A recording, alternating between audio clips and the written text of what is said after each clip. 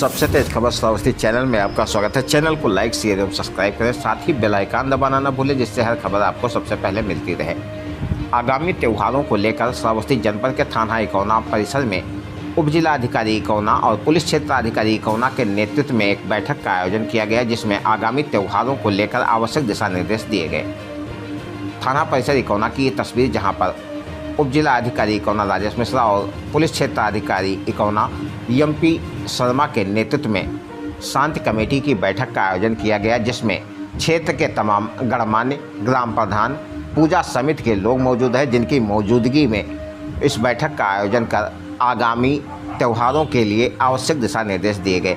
उप जिला अधिकारी इकौना ने बताया कि दुर्गा पूजा व रामलीला किया जा सकता है, परंतु क्षमता से आधे लोग वहां पर होंगे। साथ ही सोशल डिस्टेंसिंग तथा मास्क व थर्मल स्क्रीनिंग और सैनिटाइजर की वहां पर व्यवस्था आयोजकों को करनी होगी, जिसके उपरांत कार्यक्रम का संचालन किया जा सकता है। साथ ही सड़कों पर कोई मूर्ति स्थापित नहीं होगी, चौक चौराहों पर मूर्ति की स्थापना नहीं होगी। मंदिरों और खाली जगहों पर ही पूजा पाठ किया जा सकता है, जिसमें लोगों को नियम का अनुपालन करना होगा। नियमों के बारे में बताते हुए उप जिलाधिकारी ने विस्तृत रूप से लोगों को एक एक बिंदु की गंभीरतापूर्वक जानकारी दी और अनुमति लेने के बाद ही कार्यक्रम करने की बात कही। थाना इकौना परिसर की ये तस्वीरें, जहां पर उप जिलाधिकारी के नेतृत्व में इस बैठक का आयोजन किया गया और लोगों को आवश्यक दिशा निर्देश दिए गए।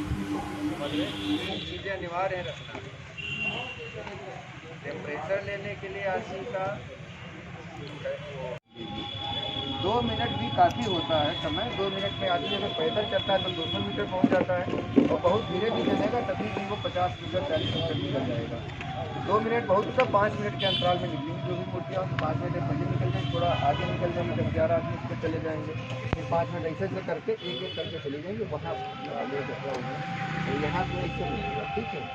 ये क्लियर लगा के फिर कोने में सब लाइन से नहीं लगाना है साहब। जैसे 9वीं तक हम लोग पूजा करेंगे, अभी ये हम एक बार पुनः अपनी मीटिंग बुलाएंगे सभी, और 10वीं को सुबह 11 बजे से 5 बजे के बीच एक एक मूर्तियाँ निकलती जाएंगी, अपना जाए वहाँ नदी पे विसर्जन करते रहेंगे। हाँ, नहीं उसको आपको कर सके, नहीं तो आदमी बताता है ना कि हमारी थोड़ी देर में कर लो, कि हम तो 11 बजे नहीं निकाल पाएंगे।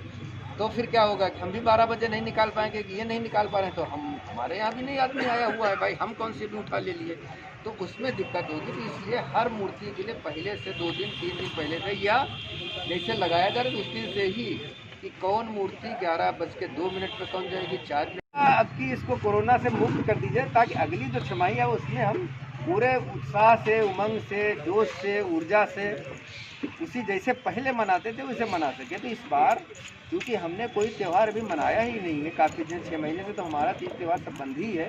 जो पहला त्यौहार हो रहा है, तो पहला त्यौहार इसी ढंग से छोटे छोटे डग बढ़ाने हैं, छोटे छोटे स्टेप के हिसाब से शुरुआत हो रही है। त्योहारों की परंपरा को निभाने की ये शुरुआत हो रही है, पहला त्यौहार है, तो हम इसको पहले के तौर पे ही उसी ढंग से मना लें इसको, है ना। तो आप उस ढंग से मना लीजिए।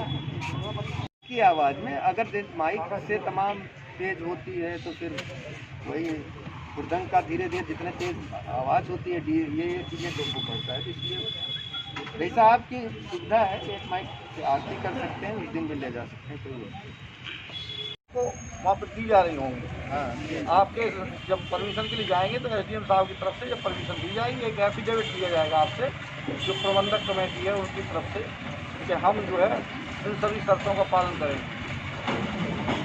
और ऐसे रामलीला में है सेम, इसमें किसी कोई संख्या पर समय का जरूर ध्यान रखिएगा। अगर पहले रात तक जाते थे, तो एक गांव के लोगों ने तो ये कहा है जिलोला में, कि हम 5 बजे के बाद गांव से निकलने नहीं देंगे। इसीलिए टाइम भी रखा गया है 11 से 5 का। दिन में अपना उसमें गीता दौड़ का वो तो बोली थे। ये आप लोग जानते हैं कि कोविड का अभी प्रकोप थमा नहीं है, तो मेन गाइडलाइन कोविड-19 के बचाव के दृष्टिगत है ना।